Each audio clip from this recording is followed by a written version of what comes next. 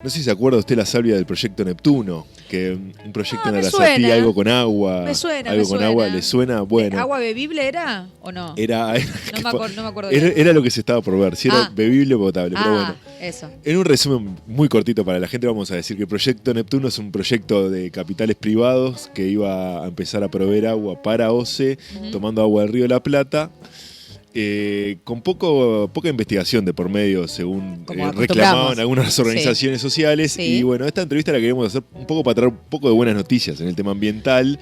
Que entre medio de las internas, de todo el barullo que hubo en las últimas semanas, pasaron desapercibidas esta noticia y la noticia de que se habilitó que se muestren los documentos del contrato de hidrógeno verde. También fue otra buena noticia dentro de la ley, por decirlo de alguna manera. ¿Queremos verlos? ¿O nos tapamos así como...? No sé si queremos verlo. Me da un poco de miedo verlo, capaz. Eso para otro programa. Eso es para otro programa.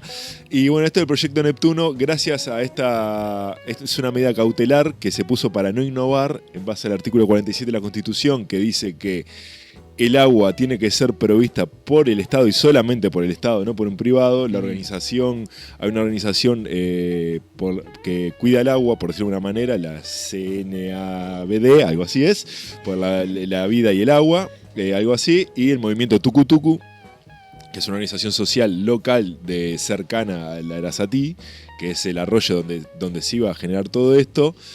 Esas organizaciones sociales impusieron esta medida cautelar a través de la ley. Fueron por las medidas legales para frenar, para que no se firme el contrato. Esto no terminó. O sea, esto es una medida cautelar para no innovar.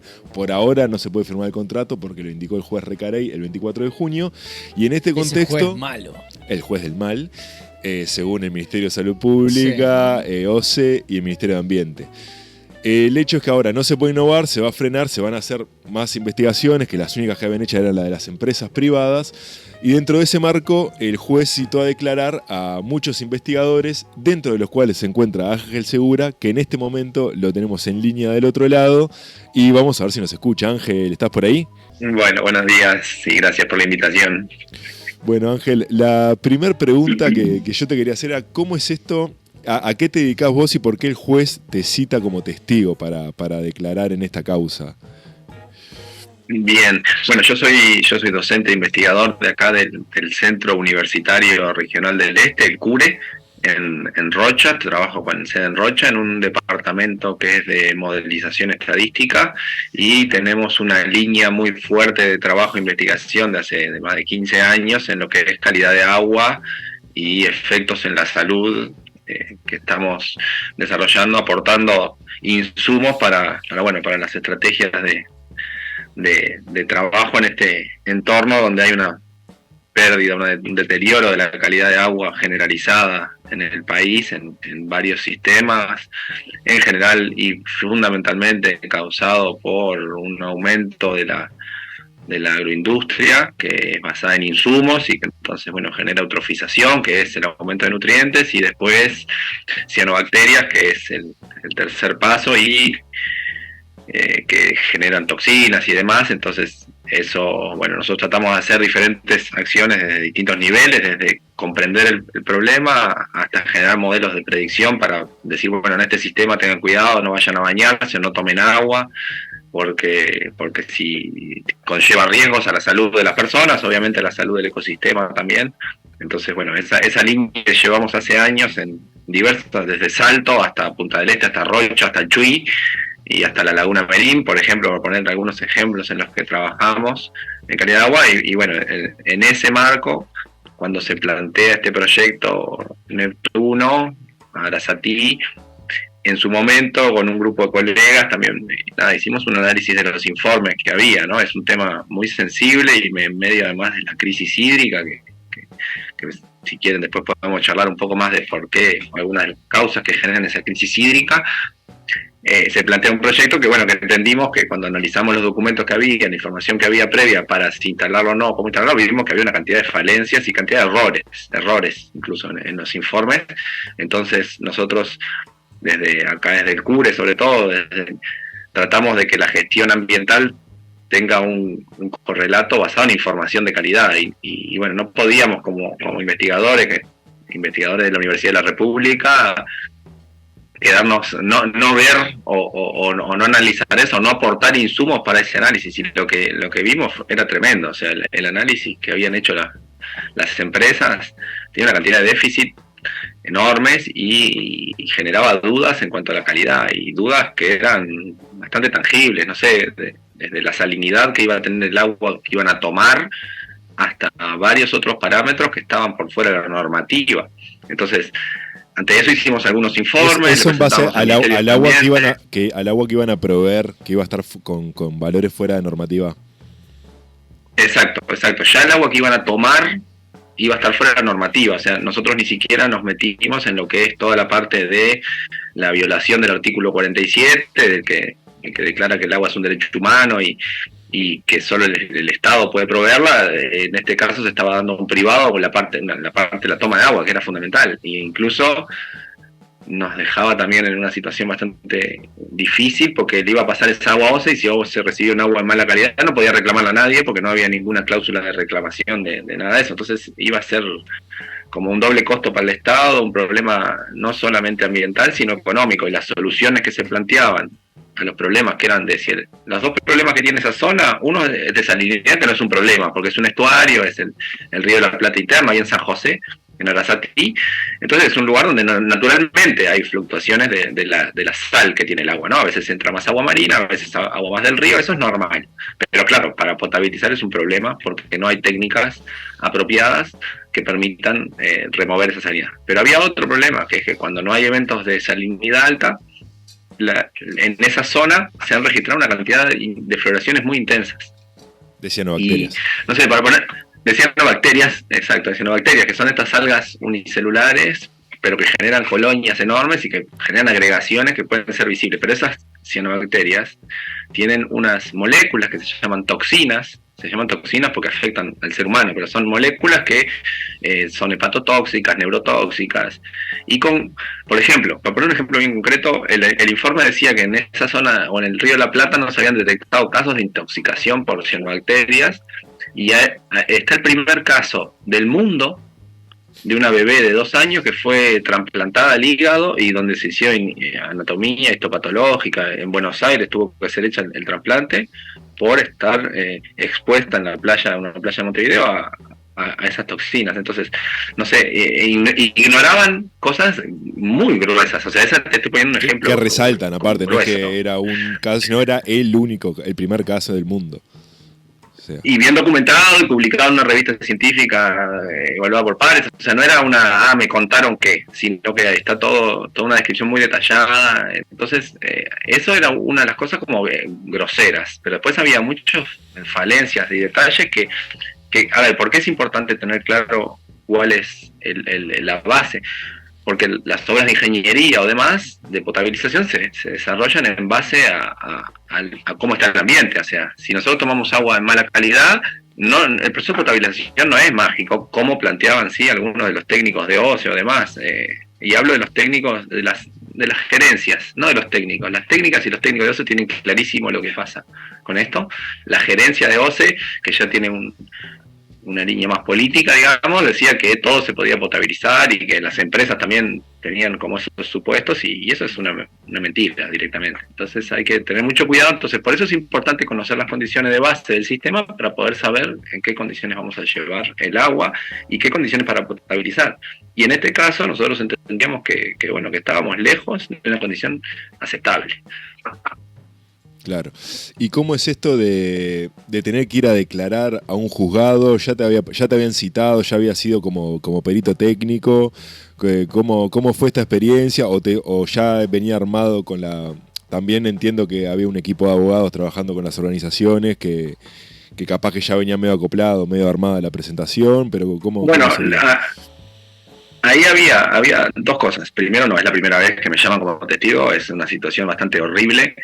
Recibir un cedulón, porque se recibe un cedulón que te dice que vas a ir preso si no vas, que podés ser conducido por la fuerza pública, no sé, dice una serie de cosas que realmente para mí me choquearon cuando lo leí y no entendí nada. Llamé al abogado, le dije, che, me mandaron esto, ¿qué es? Me dice, no, quédate tranquilo, que claro, es siempre así, me dice, quédate tranquilo, entonces eso es así. Y estaba, bueno, nada, eso fue, pero después, Yo no participé acá como perito, yo participé como testigo por una de las partes, que sí, el abogado Cereta, que es de la Universidad de la República también, tienen en parte de las cátedras que de abogacía, de derecho, tienen prácticas para con los estudiantes y los estudiantes, y ellos entonces desarrollan casos reales. Es realmente súper interesante, porque no solamente en este caso es uno paradigmático, pero tienen cuestiones de vivienda, de asesoramiento a la gente para vivienda, una cantidad de fines sociales para gente de bajos recursos que que no puede acceder quizás a una defensa, a pagar una defensa en otros contextos. Sí, para el acceso a medicamentos trabajan mucho también ellos. En muchas causas, sí. Exacto, muchas causas sociales, y realmente es impresionante lo que hacen. Yo me interioricé en base a esta citación, en un poco lo que estaban haciendo, y bueno, es importante que la universidad tenga esa llegada. Y nosotros habíamos, sí, también hecho parte de un informe como con las causas para aportar a la presentación de la causa, pero ahora era como testigo, en calidad de testigo, para aportar una visión sobre esto. Había salido una nota de prensa donde habíamos publicado algunos de los defectos que tenía el estudio de impacto ambiental presentado al Ministerio de Ambiente, y bueno, en base a eso el juez solicitó, y las partes solicitaron diversos testigos. A nosotros nos cita la Comisión Nacional del Agua y la Vida, de Defensa del Agua y la Vida, CNDA. Bien, esa es la y Tucutucu nos citan como testigos, y bueno, nada, ahí estuvimos a la orden, y nada, estuvimos ese viernes ahí desde la 1 hasta las 19:30, y después se siguieron como hasta las 22 horas, o sea, fue una maratón realmente. Pero bueno, el juez decidió... ¿Estuvo complicado el ingreso? Que decían que era una sesión abierta y hubo problemas para ingresar incluso para los testigos. ¿Cómo sí, a mí casi no me dejan entrar. Había un vallado puesto ahí en la calle, una ridiculez también, una ridiculez total, porque no había nadie, o sea, era muy poca gente, y habían puesto todo un vallado, un operativo. Le digo, pero muéstrame el cedulón. Yo no tengo WhatsApp, no tenía el cedulón tampoco en el teléfono. Digo, te abro el mail y te muestro el mail. Le decía, soy testigo, me vine de La Paloma, y no me quería dejar entrar. Al final entramos por otra puerta con el abogado, o sea, un desastre. Eso fue un desastre. Pero también una dinámica de intentar amedrentar, ¿no? Yo creo que esto también hay que dejarlo claro, que se intentó por parte del Ministerio de Salud Pública, del Ministerio de Ambiente, frenar y poner que los testigos no eran creíbles porque eran parcializados, y después amedrentar mediante el terror, mediante la policía, vallados, asustar a los testigos también, ¿no? Que de repente alguno ya está curtido y no se asusta, pero hay otros que capaz que dicen, che, ¿no? Un poco es eso. Bueno, sí, fue una situación muy tensa y realmente desagradable y innecesaria, totalmente innecesaria. O sea, en eso, decir que después tuvimos como 7 horas ahí adentro, y bueno, uno va relajándose, pero y también, como te decía, como las cosas eran tan alevosas, los errores o las omisiones que tenían los informes, que, o sea, yo estaba tranquilo en lo que teníamos que declarar, porque no había como mucha duda a las interpretaciones y a los estudios que hicimos y los informes disponibles, que eso es importante, que los informes de estudio ambiental, etcétera, estén disponibles, y que hayan que la ciudadanía pueda informarse, pueda opinar. Hace la diferencia, porque ahí te das cuenta de todas las falencias que tenía, porque esto se quiso trabajar también cerrado, firmar el contrato antes de tener las autorizaciones ambientales, toda una cantidad de fallas que no le hacen bien, porque son una cantidad de dinero que se iba a perder, y en el mejor de los casos, y en el peor de los casos iba a ser inútil eso. Entonces está bueno que haya esos controles, y ambientalmente no iba a resultar en algo que realmente controlara o paliara la déficit hídrica que se sufrió. Entonces era totalmente innecesario, y tal, con costos enormes en cosas que sabemos que podemos avanzar en otras direcciones, ¿viste? Uh-huh. Ángel, buen día. ¿Qué onda la comunidad? ¿Cuánto sabe de todo este proyecto? ¿Cuánto sabe de todo este contrato? ¿Cuánto sabemos? Porque estamos hablando del agua, estamos hablando de un montón de gente laburando detrás. Esto que vos decías, es imposible que esto pinte, que salga, porque no tiene sustento, que hay un grupo de personas que lo tiene clarísimo, pero ¿qué tanto sabe la comunidad para poder defenderlo? No, bueno, yo creo que hay información, o sea, la gente tiene información ya hoy día, que se intente silenciar o invisibilizar algunas de las partes, pasa y ha pasado en la mayoría de los proyectos de inversión grandes, se trata de pasar por un tubo, de darle cierta validez técnica en base a insumos incomprensibles, pero esa traducción que hay desde la academia y del vínculo y el ida y vuelta en el diálogo es lo que hace que también permita que esas cosas que parecen súper complejas, bueno, traducirlas y poner la discusión en otros marcos. Creo que el ejemplo de hace pocos días creo que es poner la discusión, hay que darla en otros términos. El ejemplo de Bielsa de los otros días, vos que traías la Copa América y no sé qué, creo que es bueno, ¿no? Cuando nos hacen una pregunta dicen, no, esta pregunta está sesgada para todo esto, la pregunta hay que ponerla acá. Y eso es lo que pasa con los problemas ambientales, con los conflictos ambientales, que expresan distintas visiones. Y es necesario eso, es necesario zafar del marco que imponen, y hay una cantidad de gente pensando de esa forma, pero lo que pasa es que es silenciada, sistemáticamente no es visibilizada por los medios, no es visibilizada entonces toma relevancia pública cuando hay una audiencia, cuando hay un juez que se expresa en no innovar porque junta evidencia de otro tipo, pero eso, ¿por qué pasa? Porque hay una cantidad de movilización social atrás que respalda que eso pase. No pasa, no son puntos que paran todo, sino que es un colectivo gigantes que están conectados, que están trabajando, que están pensando estos problemas de otra forma, y bueno, y eso hace que llegue a Cereta o llegue a la universidad lo tome y llegue a un juez y un juez lo tome como válido.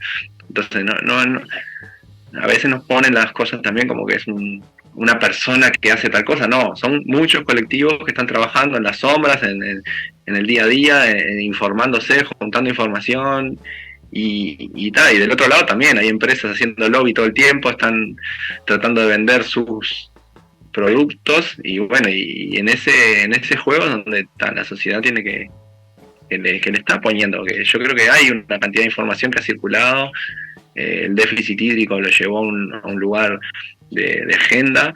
Entonces esto no sonaba extraño a todo el mundo. Digo, pasó un poco ahí en Punta del Diablo cuando fue lo de Aratirí, que es parecido a Arasatí, pero diferente. Otra cosa, otra forma de destruir el medio ambiente. Pero que también era un proyecto que estaba en silencio, que avanzaba, que tenían problemas los productores de Cerro Chato y Valentines y toda esa zona. Cuando el problema llega a Punta del Diablo, se colectiviza y de Punta del Diablo salta enseguida a Montevideo. Y ese problema, por ejemplo, no había llegado a Montevideo antes. Y no había llegado porque, bueno, Cerro Chato, Valentines es lejísimos en el imaginario de alguien ahí, de la centralidad.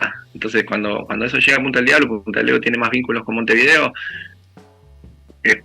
genera una reacción que trasciende lo local, pero también donde hubo un conglomerado de gente que trabajó desde Punta del Diablo, desde Valentina, desde Cerro Chato, desde todo el país, diciendo no, esto, y juntando información y viendo que los informes que se presentaban eran absurdos y que, digo, hay paralelismos que van por varios lados y hay otros que pasan como pelotas y que no son parables, pero también son colectivos y mucha gente trabajando y pensando los problemas de esa forma.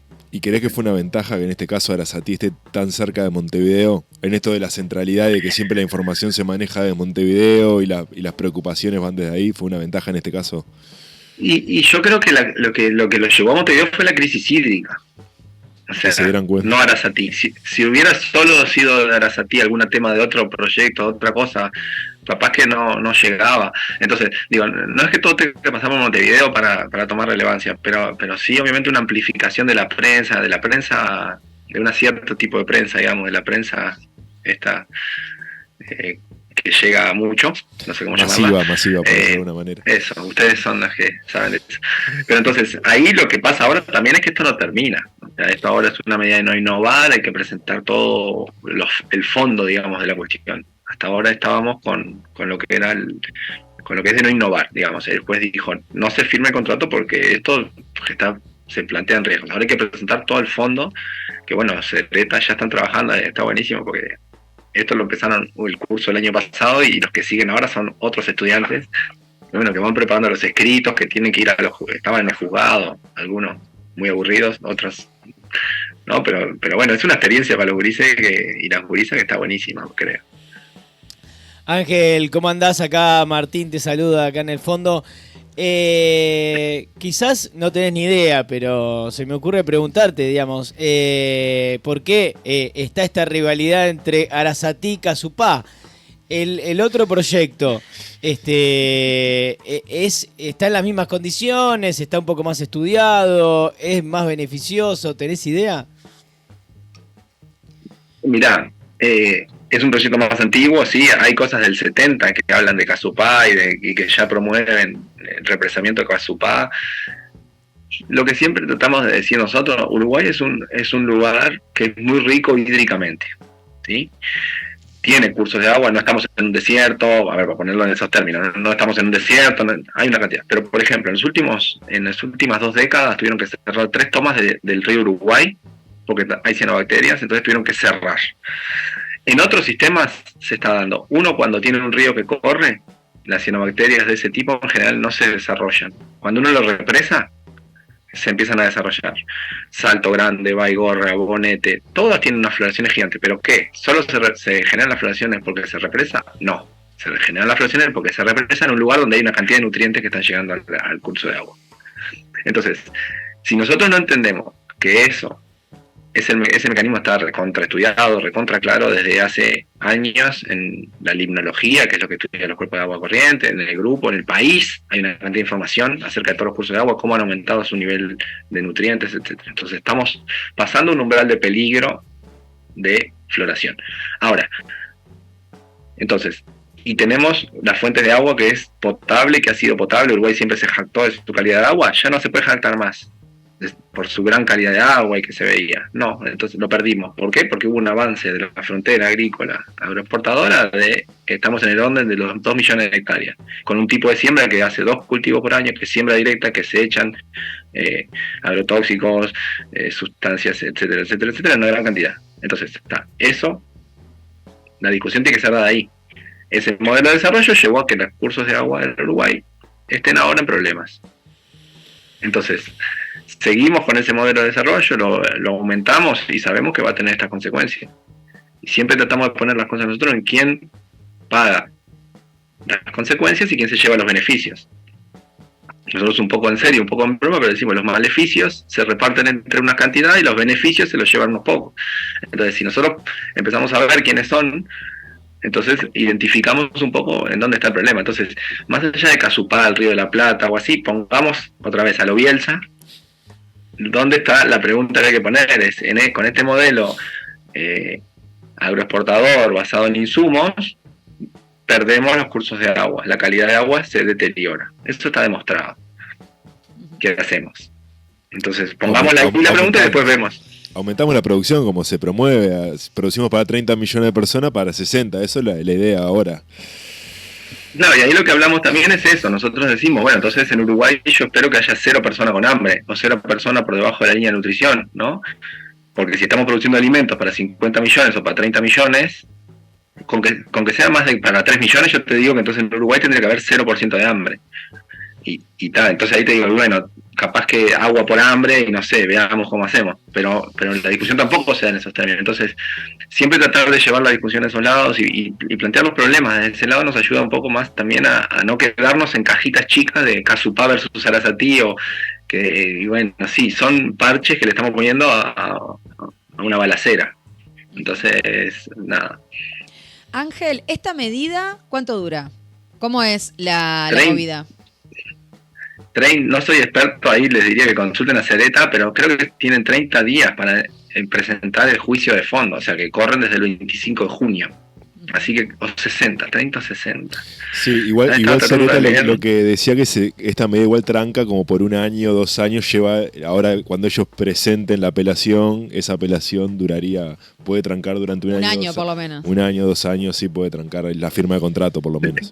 Lo que tiene esto que como ya está definido, por ejemplo, si recusaran al juez, que ya no fue, tampoco cae, o sea, cae solamente cuando se termina de definirlo de fondo. Entonces, por ahora está blindado eso, pero hay que presentar el juicio de fondo. Por eso le dejo a Cereta que va a explicar mejor que yo. Bueno, y ahora hablando de cosas más divertidas, ¿cómo está el Club Sudestada? ¿Cómo está el Imposible? Cosas un poco más fuera de la academia, porque hablando de la multifacética de la familia, ¿cómo está el Sudestada, Ángel?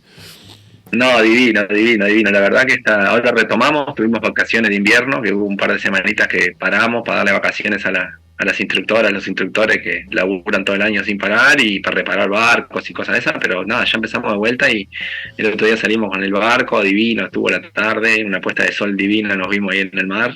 Está fresco, pero divino. La verdad que estuvo divino. ¿Se viene alguna actividad del Sudestada o algo de eso? ¿O las y bueno, mirá, rutinarias? tenemos para este fin de año viene cargado, tenemos un sudamericano, estamos organizando un sudamericano de kayak surf, que va a ser en La Paloma, en el marco de los 150 años de La Paloma, además, hacer un sudamericano de kayak surf, la regata aniversario, que viene entre 70, vale la pena, va a ser el último fin de noviembre, 1 de diciembre, o sea que no coincide con el balotaje, es el siguiente al balotaje. Y ahí vale la pena ir a verlo porque realmente vienen como 70, 80 barcos de todo el país y se llena la bahía de velitas, que queda re linda. Y a la otra semana hay un de windsurf foil, de esas que vuelan por arriba del agua, y de kite foil, así que está divino. Y después nada, siempre yendo las de kayak, la gente de kayak que se va para todos lados, alguna visita, capaz que los visitamos allá a Punta del Diablo, no sabemos todavía, pero a Muestreo de siempre Cerro estamos Verde. inventando cosas. Bueno, eso también, en cuanto esté el pronóstico vamos para ahí, en cuanto esté el pronóstico de viento vamos para ahí, sí, que tenemos ganas de ir a ver cómo está el agua por allá. Porque estamos hablando con un deportista olímpico, ¿no?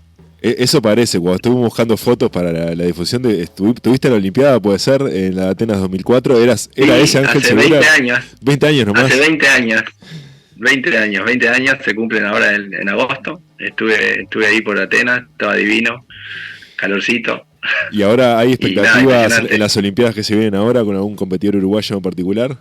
¿Seguís de las Olimpiadas? Y bueno, Lola Moreira es la madrina del club y va en láser y bueno, anda muy bien, es muy bueno. Después van varios de remo que andan muy fuerte también de Uruguay, Cetraro y Kluivert, algunos pares ahí que andan muy bien, así que la náutica de Uruguay está por allá arriba, porque nada, yo siempre digo, viste, porque a veces dicen, quedó cuarto, quedó octavo, o sea, es de las 30 mejores del mundo, mejores, claro, y preparado para eso, quedar cuarto o sea, la diferencia que hay entre el décimo y el primero es cero, te levantaste bien ese día, ese día metiste la primera palada así guasá y ya te hace la diferencia que ganaron por segundos, viste, entonces el deporte, la náutica uruguaya está muy bien.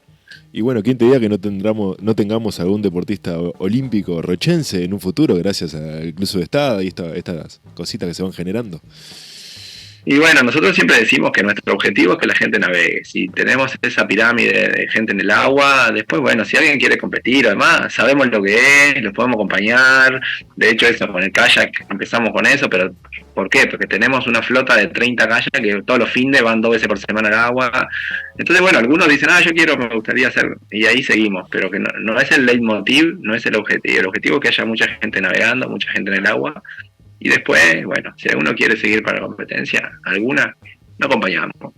Y ahora tenemos también una de las instructoras del club, que se formó en el club, no sabía navegar antes del club, hizo la Tecnicatura de Deportes Náuticos, que está en su tercera generación, que están egresando ahora, está en España, en el Doña Francisca, un velero de 80 pies, como tripulación, porque conoció a una para el club, se fue con ella a Europa, está 3 meses, va a estar allá en un barcote gigante de tripulación, como parte de la tripulación, y está copada, o sea, obviamente, y nada, son esas cosas que es la idea. Buenísimo, buenísimo. Bueno, Ángel, nos veremos en el Cure o en el agua o vaya a saber uno dónde. Gracias por estos minutos y seguiremos en contacto si hay novedades del proyecto Neptuno o algún otro desastre ambiental que esté pasando en nuestro país. Bueno, también podemos hablar de los que no sean desastres y que sean cosas buenas que pasen con el ambiente, que también están buenas. Pero sí, cuando quieran, y muchas gracias a ustedes por la invitación y cuando quieran estamos a las órdenes. Ulma.